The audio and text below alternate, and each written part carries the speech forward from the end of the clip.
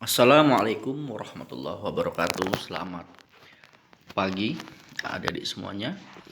Nah, salam sejahtera buat kita semua. Semoga kalian mendapatkan kesehatan, keselamatan, dan dapat meraih harapan dan cita-cita kalian nantinya. Baik, hari ini materi kita tentang bentuk formal karya ilmiah. Ini juga sudah pernah kita singgung sebelumnya. Tapi di sini Bapak mencoba untuk memberikan contoh-contoh dari bentuk formal karya ilmiah.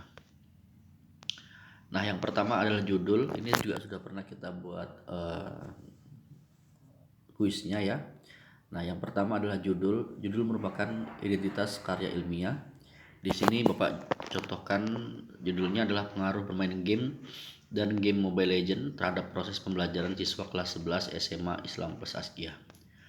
Kemudian yang kedua, di sini juga ada tim pembimbing. Ya, dalam sebuah penelitian harus ada tim pembimbing agar penelitian tersebut dapat terarahkan semakin baik bila ada pembimbing. Nah, di sini Bapak buatkan contohnya pembimbing 1, 2, dan 3. Nah, mereka adalah orang-orang yang akan membimbing para penulis untuk membuat penelitian, ya, memberikan masukan, memberikan contoh-contoh atau memberikan masukan dan lain-lain. Nah, tidak lupa juga kita harus menuliskan kata pengantar ya. Kata pengantar ini sebagai bagian pernyataan dari penulis atau pakar terkenal sebagai tanda terbitnya sebuah karya ilmiah ya. Nah, ini perlu juga sebagai sopan santun kita terhadap para pembaca dari karya-karya kita.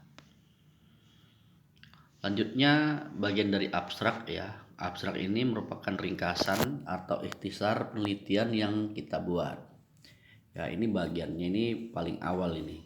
Jadi bila ada orang-orang yang tidak ingin membaca lebih dalam karya ilmiah kita, cukup mereka membaca bagian abstrak yang saja ya, karena abstrak ini mengandung seluruhnya, ada teori ya, metode, hasil, bahkan simpulan juga sudah ada di dalam bagian abstrak ini ya. Nah, abstrak ini juga menyangkut bagian kata kunci ya. Di sini ada leksikon kuliner, ekoleksikon, dan masyarakat Melayu Panai. Nah, ini merupakan ciri khas atau karakter dari abstrak. Nah, abstrak jumlah katanya dibatasi 100 sampai 250 kata tergantung dari jurnal atau lembaga yang mengadakannya.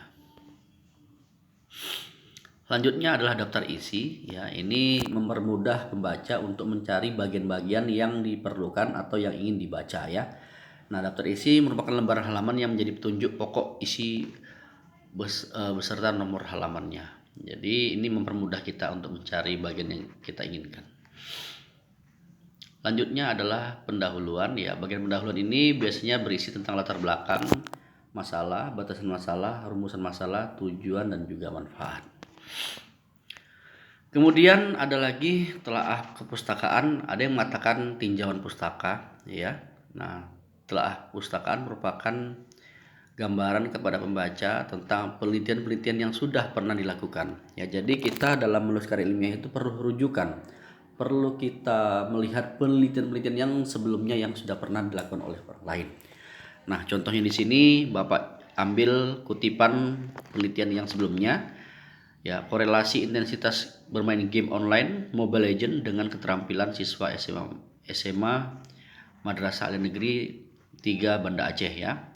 Jadi ini penelitian ini tentang Mobile Legends juga ya, tentang hubungannya bermain game dengan keterampilan siswa di sekolah. Begitu juga 3 contoh karya ilmiah sebelumnya ya. Nah, lanjutnya, nah ini metode penelitian ya.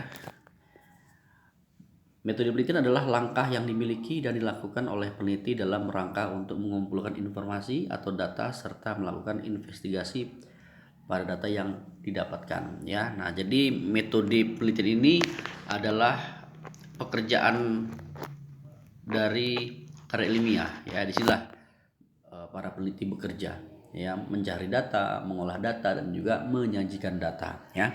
Di sini ada contohnya.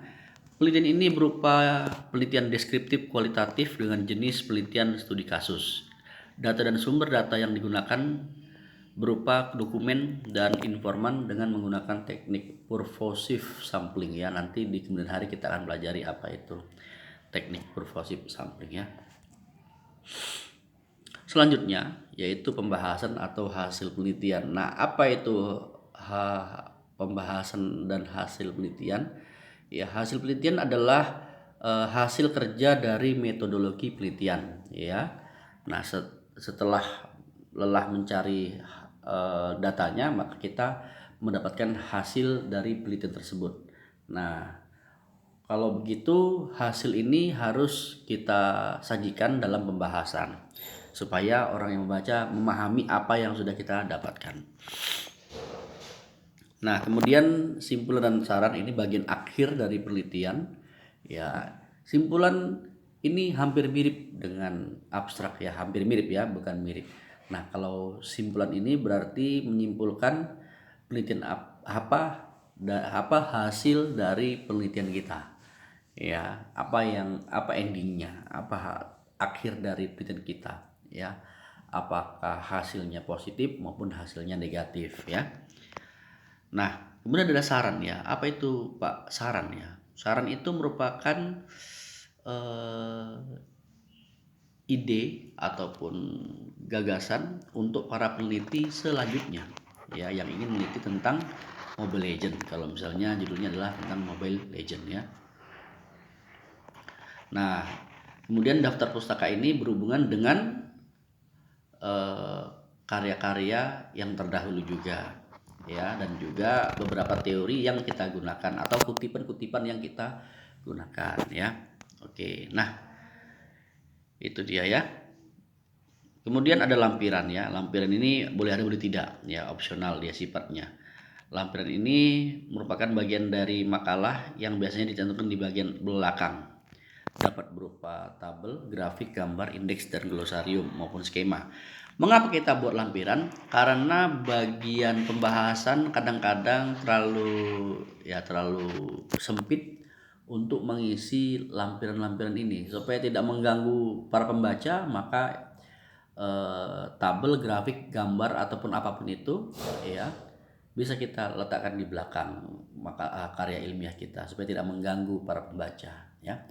Oke, nah itu saja yang dapat Bapak sampaikan. Terima kasih. Assalamualaikum warahmatullahi wabarakatuh.